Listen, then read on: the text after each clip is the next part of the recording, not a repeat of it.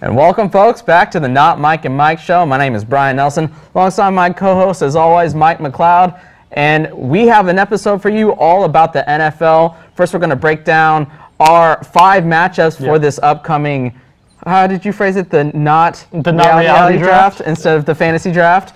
And then we are going to go through our top 5 overrated and underrated list, a little combination. And then we are going to talk about our predictions for the player awards at the end of the year. But first, let's get to our 5 matchups for the week and talk about the matchups we're most confident in and the ones we are least. I'll start first with my most confident because I think out of all 10 matchups, the best matchup is Seattle and Miami in terms of confidence. With Seattle hosting the Miami Dolphins, they have won 7 straight home openers, 6 of those by double digits. It's 20 or more, actually. By 20 or more.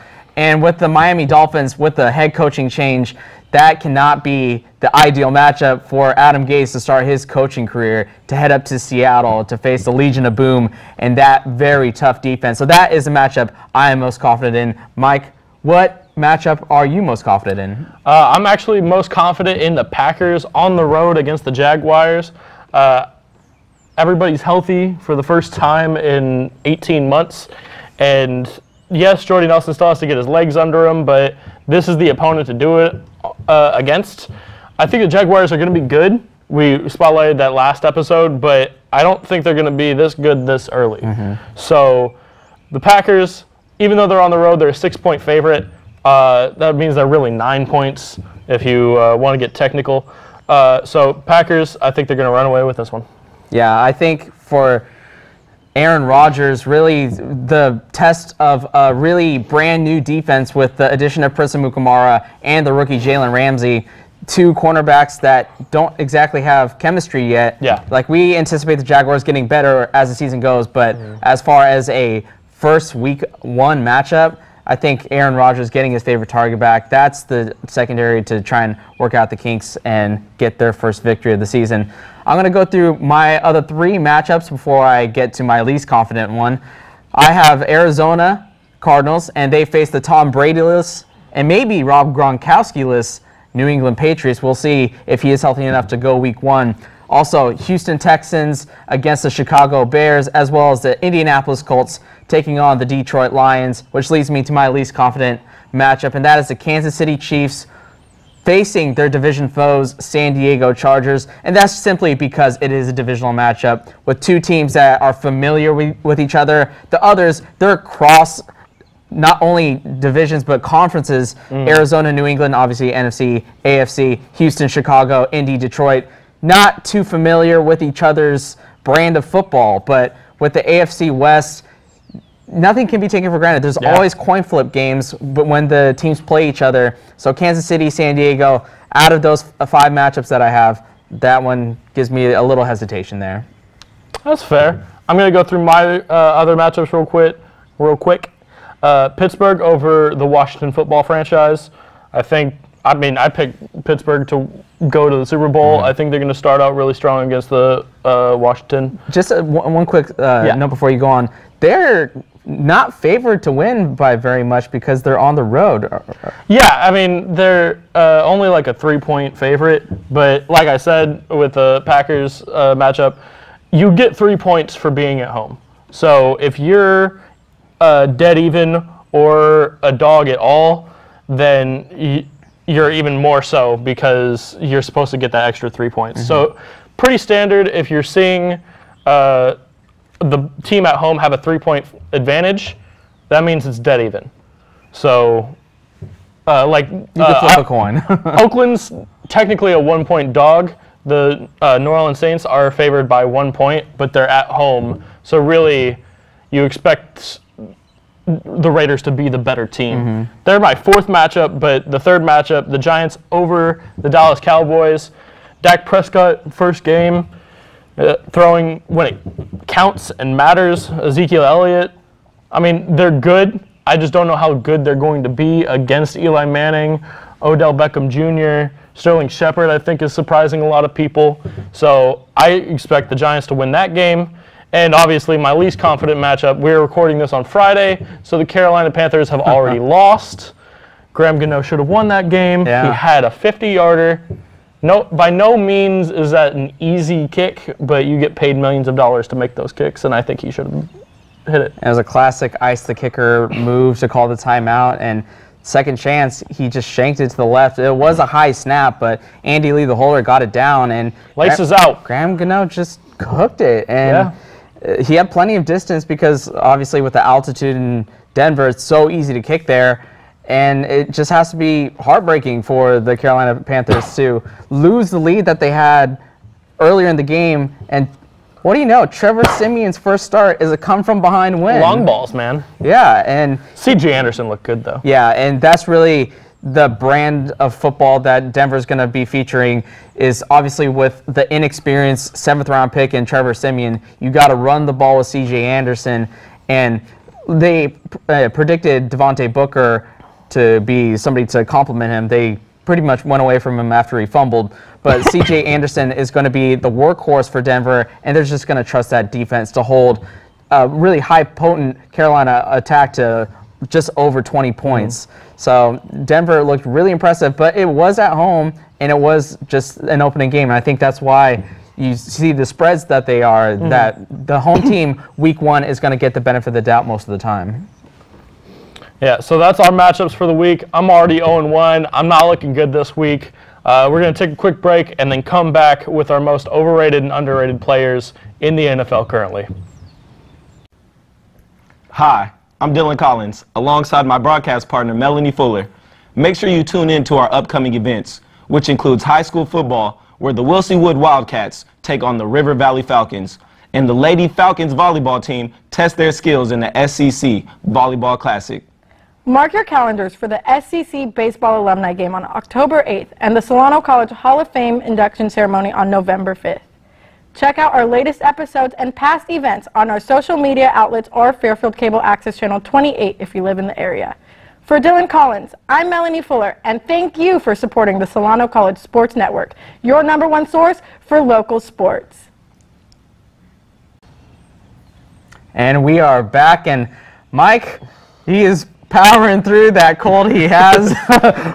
As we can tell by him throwing a break that he was struggling there at the end of the last segment. Are you doing all right there, partner? I don't know. I apologize in advance. You already heard me coughing a little bit there in the first segment.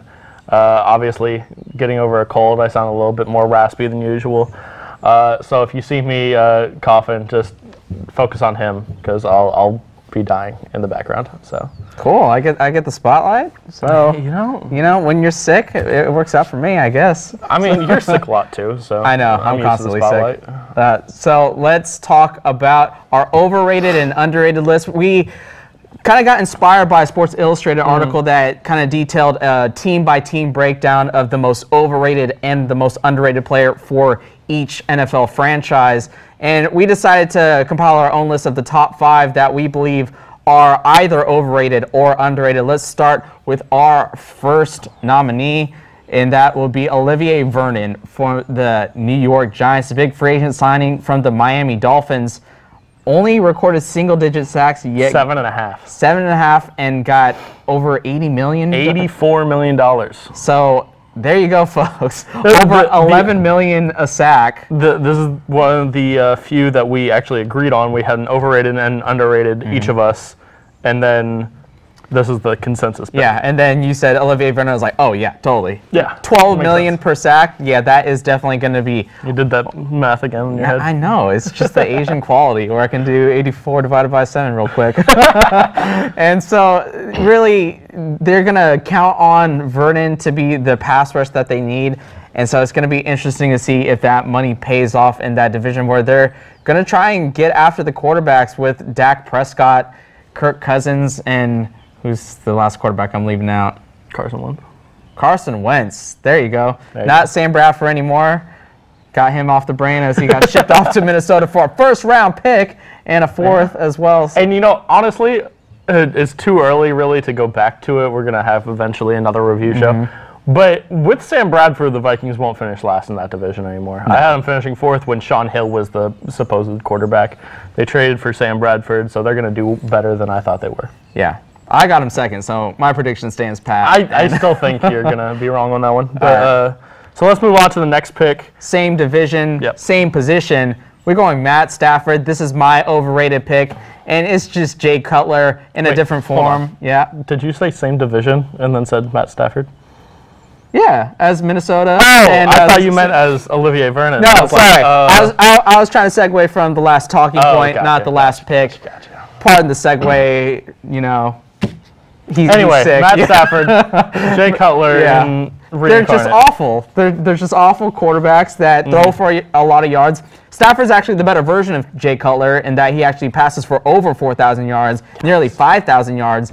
But ultimately, what does it bring? Nothing. It brings no success for the team. He lost his favorite target. Speaking of that, I think Jay Cutler, if he had Calvin Johnson his entire career, would be Matt Stafford. So. Yes, exactly. And what you're going to get now that your top target retired at a young age is you have this overpriced, overrated quarterback as the face of your franchise, the focus of your offense. You don't have any running backs. I mean, Amir Abdullah, is he going to do anything? Theo Riddick? No. So Chronicles of Theo Riddick. Yeah, so Matt Stafford, the Stafford infection is taking over Detroit, and I'm sorry for your football franchise, but I don't think it's going to get better anytime soon. Yeah, honorable mention as well is like Joe Flacco. He's another guy that I kind of lump in there. He won the Super Bowl MVP, got paid $120 million, and Baltimore's never been good since. Yeah. So you look at timing. Timing is everything. You bet on yourself on a contract year, you win the Super Bowl, and you become Joe Flacco. You get to sit the rest of your career, make, 9 digits in your career in the NFL when you're an average quarterback at best. Man, Joe Flacco, that's the life, right? We all want to be Joe Flacco. Yeah, let's move on to your underrated pick. Yep. You picked the running back out of Tampa Bay, Doug Martin. Yeah, Doug Martin, it was a guy that, this is all based off of like the last 6 weeks of last year, because I really thought he was kind of just, like he was really good his rookie year and then not very good his sophomore year. And I always get him confused with like Alfred Morris. It was kind of the same sort of career trajectory. But Doug Martin, man, in the last 6 weeks, he really took over. Like, if you look at the best 2 people who had a good second half, it was Doug Martin and Russell Wilson. And Russell Wilson was incredible last year in the second half. Doug Martin ran for over like 500 yards just in the last 6 games and had a couple of touchdowns. I think this year is going to be another good year. Obviously, I'm all in on the Bucs. I have them going to the playoffs. I have Jameis Winston, Mike Evans doing really well. So Doug Martin's going to be another piece of that. And we're going to follow your underrated with your overrated pick. You're sticking at the same position with Todd Gurley as your overrated. And this one's going to, like, we went least surprising to most surprising. And honestly, Todd Gurley is overrated for his, like, he's still going to be great. And he's still going to be a superstar at his position. But it hasn't happened yet. He's only had 1 year. It was a good year, not a great year. He didn't wow me too much. And I know my opinion is just my opinion, but Todd Gurley shouldn't be getting the national spotlight as the next big thing. He's not, like, he's not there yet. If he continues for another year or two being the most dominant running back at his position, great. But I think you also have Ezekiel Elliott right behind him, and you still have guys like Adrian Peterson and all of the Le'Veon Bell, still like the gold standard at that position. So he still has work to do to get the type of attention that he is getting on the national stage. Yeah, if you want commercials with Jay Moore, you got to do more than 1 solid year as the running back for the now LA Rams. And I think that has that's part of it, to do with it. Yeah, he's going to be the face of the franchise because you're not going to build around your best player, and it's probably Aaron Donald on the defensive lineman. When is the defensive lineman ever the star besides if your name's J.J. Watt? Yeah. But Todd Gurley, when you have an offensive star, you build around that. You're not going to build around Tavon Austin. Jared Goff, you just drafted. No. You don't draft around Tavon Austin. Yeah, exactly. But like, he was the Madden tutorial guy. Like, Todd Gurley was the guy that you went to while the game was still installing, and it's incredible. They went to Cam Newton last year in Madden, and then he won MVP in the tutorial. So there might be something there. And if Todd Gurley wins the MVP, I'll eat my hat or your hat. Yeah. Then again, that's not good for me because it would reveal. I'll buy you a new hat. Okay, fine. All right. So let's go to the last of our 5 overrated, underrated, and it is my most underrated player, and that is Jamie Collins, and he is number 1 on the list because Mike doesn't really know the name Jamie Collins. I can't tell you what team he plays for. And that's unfortunate because he is really the anchor of that New England Patriots defense. I He hate really the Patriots, so that's why. Yeah, exactly. So you just ignore that side of the country. Tom Brady suspended for 4 games. Yeah, and what's going to keep the Patriots in there is going to be a strong defense, and that's going to be led by Jamie Collins. Really, one of the things that really impressed me about Jamie Collins last year is his role increased with the retirement of Gerard Mayo, the linebacker. I almost said OJ. Not OJ Mayo, but he was pretty good for Milwaukee last year. yeah, exactly. And now he's suspended for 2 years. That's fine. Yeah, he'll come back at 34. I have him on Anyway, my fantasy. Jamie Collins, he is the most impressive linebacker to me in the NFL, not named Luke Kuechly at the middle linebacker position. He does so much for them. He blitzes really well and can get at the pass rusher, and he's just so fast from side to side. And not a people realize how good Jamie Collins is, but his skill set is right up there with the Luke Kuechlys. And like, I'm putting him over Navarro Bowman, and I'm a diehard 49ers homer, and that's hard for me to say that Jamie Collins is the second best middle linebacker in the league, but he really has that talent to do a lot of things for a versatile New England Patriots defense. And I was just about to mention, if you hadn't mentioned him, what about Navarro Bowman? I think the consensus is that he is a really good player. He's not really necessarily overrated or underrated. We all know how good he is, which just speaks more to how underrated Jamie Collins is, because he should be the second best linebacker in the league. Yeah, so those are our top 5 overrated and underrated lists. When we come back, we will have our predictions for the NFL awards for the upcoming season, so don't go anywhere. If you have an interest in a career in sports broadcasting, whether it's behind the scenes or on camera, then this is the class for you. Class is held every Wednesday from 1:30 to 4:30 in room 121 alongside the library building. For more information, contact Greg Poff, that's me, at solano.edu. we hope to see you here next semester. And remember, it's more than just sports, it's an education. And thank you for coming back to the Not Mike and Mike show. Let's start our awards with the Comeback Player of the Year. And our prediction for this Comeback Player of the Year is the highest profile player to come back from his injury to, I believe, his kidney. Or his spleen. It was some internal organs that were messed up because of his shaky offensive line. We're going with Andrew Luck as our Comeback Player of the Year.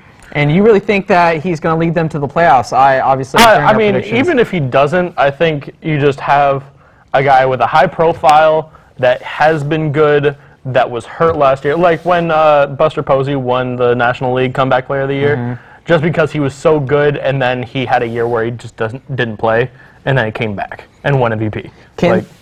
This is a little conspiracy theory, but since Tom Brady's suspended and he's coming back in the middle of the season, there's no way Roger Goodell lets Tom Brady win Comeback Player of the Year. That's not. No. I think I'm on something. No, you're not. The internal comeback player of the year. Tom Brady. Or you could give it to Justin Houston, who's injured for the first 6 weeks and might come back.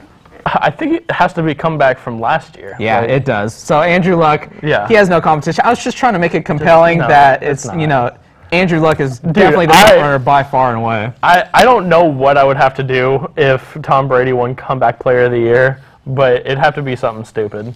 Like, I'd have to eat your hat twice. Man. I'd have to eat your hat. Regurgitate it and then eat it again? I mean, I would just buy you a third hat. And then eat that one? Yeah. Okay. Would it be a yarmulke just in case you got a little too full from eating all the hats? Maybe. I don't know. Just a small little hat. All right, let's go to the Defensive Rookie of the Year. Man, talk about not a lot of choices for a Defensive Rookie of the Year. I'm telling you. So we are going by default with Myles Jack, the linebacker from the Jacksonville Jaguars. One kind of out-of-the-box idea that I had regarding the defensive rookie of the year was his teammate Dante Fowler was injured the entire year, and he could pull Blake Griffin, and this is technically his rookie year. And as an edge pass rusher, they tend to get a lot more statistical favors if they get to the quarterback rather than, let's say, a secondary player like an Eli Apple, a Vernon Hargraves, or, of course, Jalen Ramsey. Yeah, I mean, Jalen Ramsey, we just didn't have him anywhere near the top of the list because he's a cornerback, and that he'd have to get like 12 interceptions to even be in the conversation. I think it's a little unfair, but you can only impact the game so much on one side. Miles Jack, I think that's the same argument against Dante Fowler. You can only rush from one side, right? And like Miles Jack can go side to side. He can fill gaps. He's going to help stop the run. He can pass rush too if you're going to blitz. So Dante Fowler really needs like 12 to 15. Digits, yeah, like if he gets 9 sacks, like he's 5th in the voting. Yeah, linebackers definitely have the edge because you get a nice triple-digit number in tackles. And if you really think about it, 16 games, 100 tackles, that's a lot of math even for me. 6+ tackles between 6 and 7. Yeah, 6.5. 6.5 tackles. So that's which isn't doable. terrible. Yeah. So that's a lot more favorable for a position like linebacker and Miles Jack to beat out the corners who need a lot of turnover production, as well as the defensive linemen who need a lot of sack production. And so that linebacker position is really the spotlight. So we're going just by statistical favors and going Miles Jack.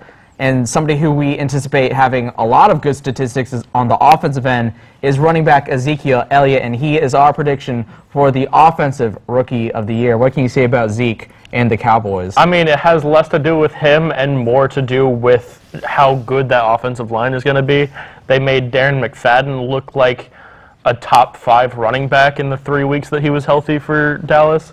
And you got a guy that in Ohio State ran for 215 yards in the national championship game, and a guy who just knows how to make people miss but is still like super burly for no reason and can also pass protect if he needs to. This is a guy that can do it all. He's not afraid of anybody. He ran at Camp Chancellor, so that's a lot of fun. And so, I think just he's going to pop off for big numbers because he's in a system that allows that, but I think he's also going to make people miss and have a lot of the unseen stats that are going to make people want to vote for him.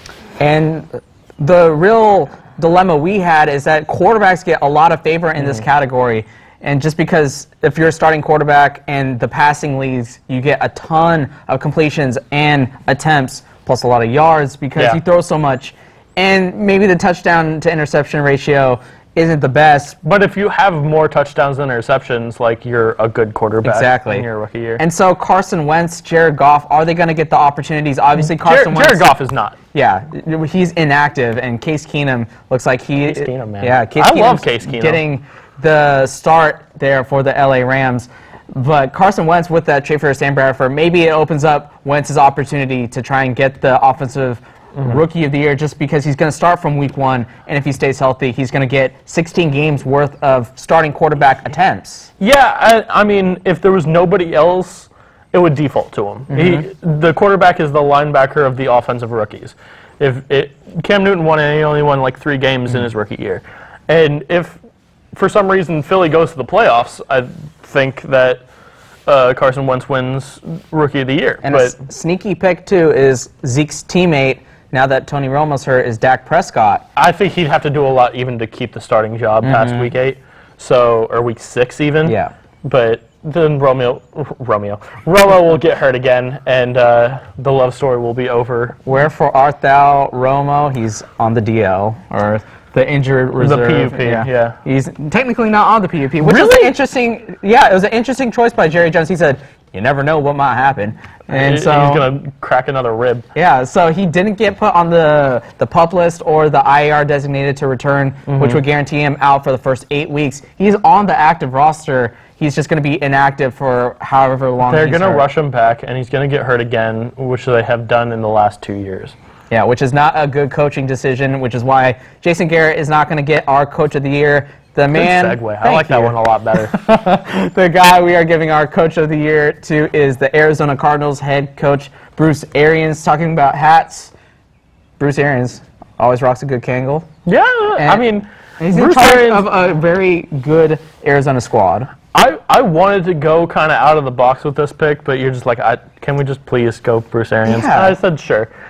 Because I think Bruce Arians at this point you're going to take this statement out of context and think it's weird, but he's kind of on the same level as Bill Belichick and Pete Carroll because they've had success for so long now that there's no way to improve, so they don't get any credit for it. Yeah. Arizona's been a 12-win team the last 3 years, so where does Bruce Arians go from here? But, I mean, they're not going to give it to Bill Belichick. They're not going to give it to – they might give it to Mike McCarthy. I don't know. It's been a while. Mike McCarthy's been there over a decade, and he only has one Coach of the Year. Yeah. That's the thing about Coach of the Year is that they don't tend to repeat Coach of the Years too often. That's why when we're racking our brains, we're trying to find like the Todd Bowles of the world in the New York Jets. I mean, that's a good pick too. That's it. Yeah, it's for trying to predict what the Coach of the Year is going to do to give a first-time winner in Todd Bowles. Or I was thinking maybe like Bill O'Brien with the Texans if they take them to the playoffs. But Andy Reid? Yeah, it's not a lot of good choices because all the top coaches in the league have already won it.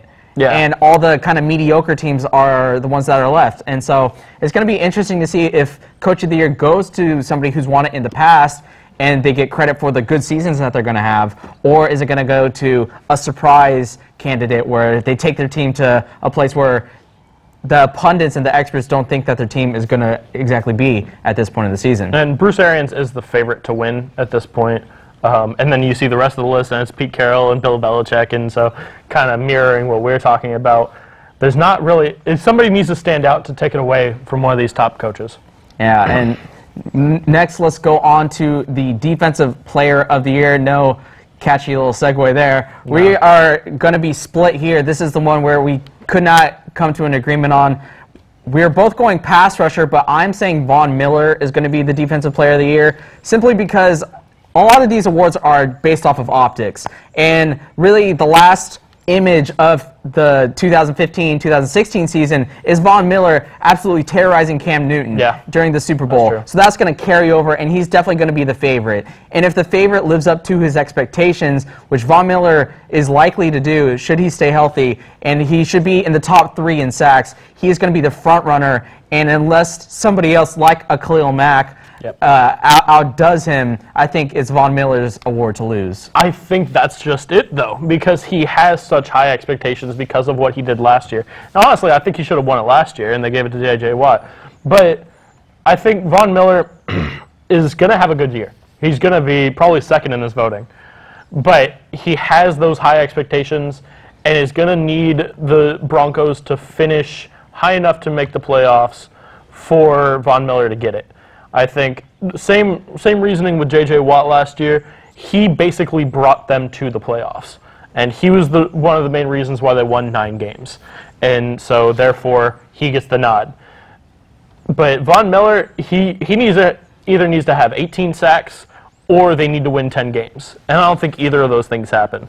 But I think that the Raiders might win 10 or 11 games, and if Khalil Mack has similar numbers, maybe 15 sacks, and Von Miller has 16 or 17, I think it goes the way of the winning team. Yeah, I think we're really just splitting hairs here, and we're talking about 2 of the top candidates probably going to finish 1-2. Yeah. And the Defensive Player of the Year should J.J. Watt.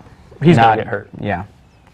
Now come back and have another J.J. Watt season. Jadeveon Clowney, Defensive Player of the Year? Oh, jeez. Defensive Player of the disabled list. Like, he is never going to do anything in this league. That's an episode. That's another episode on itself. Let's go on.